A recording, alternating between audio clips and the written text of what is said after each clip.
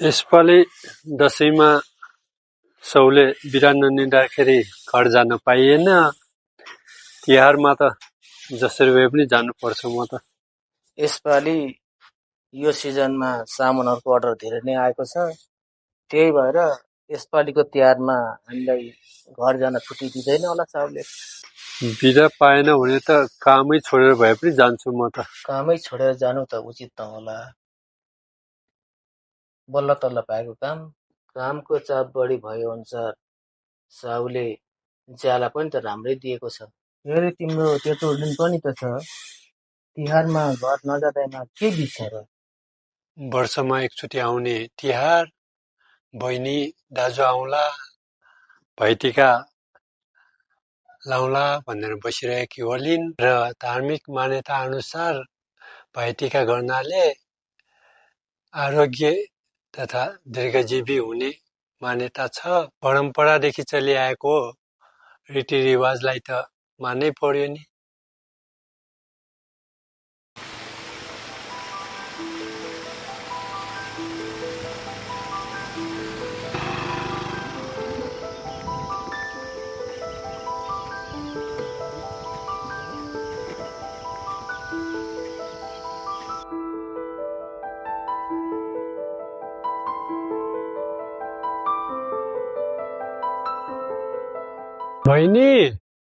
बहिनी ओहो दाइ आउनु भएछ?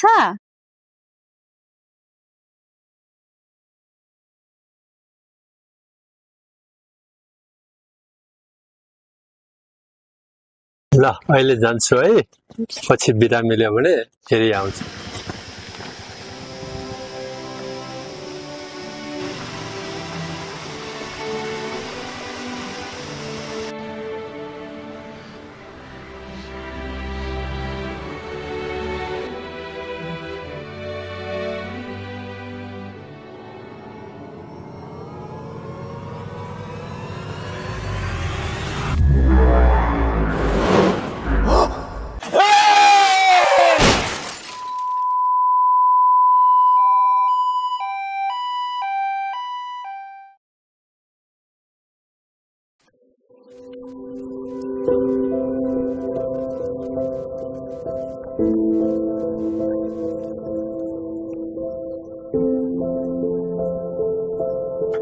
रबिन, ओ रबिन,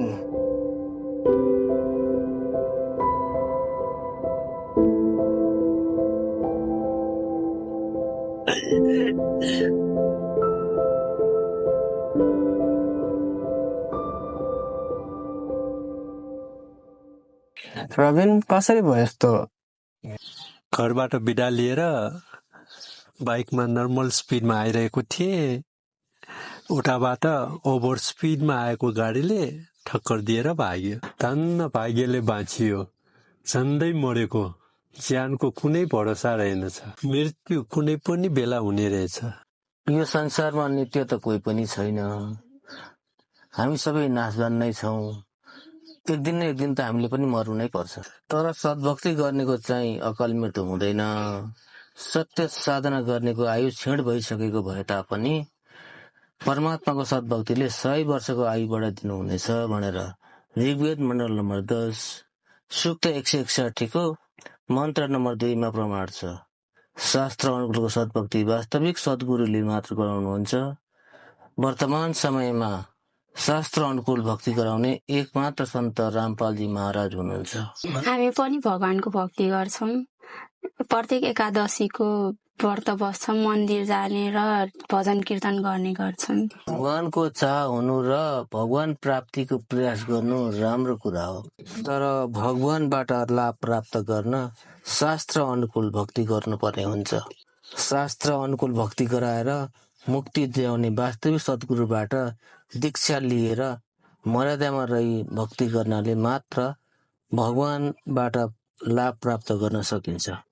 ओहो, यस्तो कुराको ज्ञान त हामीलाई कसैले पनि बताएन। वास्तवमै तपाईले एकदम सत्य कुरा बताउनु भयो। सामान्य जीवनयापनको लागि आवश्यक पर्ने शिक्षा हासिल गर्न त टिचरको आवश्यकता पर्छ भने आध्यात्मिक मार्ग भगवान प्राप्ति मार्गको वास्तविक ज्ञान प्राप्ति गर्न झन् गुरु आवश्यकता नै हुन आउँछ। हामी पनि सन्त रामपालजी महाराजसँग दीक्षा लिन चाहन्छौँ। उहाँसँग दीक्षा लिन कहाँ सम्पर्क गर्ने होला? सन्त रामपालजी महाराजजीको सत्संग सगरमाथा टिभीमा बिहान 5:55 देखि 6:55, दिउँसो 2 बजेदेखि 3 बजेसम्म टिभी टुडेमा, साँझ अपन टिभीमा 7 बजेदेखि 8 बजेसम्म लगायत अरू विभिन्न टिभी च्यानलहरूमा आइरहेको छ, हेर्नुहोला। स्क्रिनमा आश्रमको नम्बरहरू पनि डिस्प्ले भइरहेको हुन्छ। डिस्प्लेमा देखाइएको नम्बरमा सम्पर्क गरेर आफ्नो नजिकको नामदान केन्द्रमा गई मन्त्र दीक्षा प्राप्त गर्न सकिन्छ।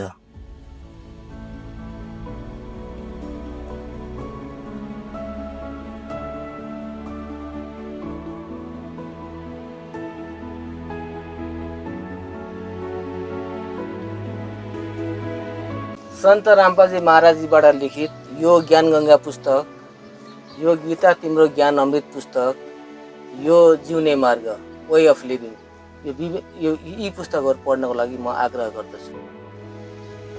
हुन्छ, अबदेखि नियमित सन्त रामपालजी महाराजको सत्सङ्ग सुन्नेछौँ र उहाँबाट दीक्षा लिएर हामी पनि आत्मा कल्याण गर्नेछौँ।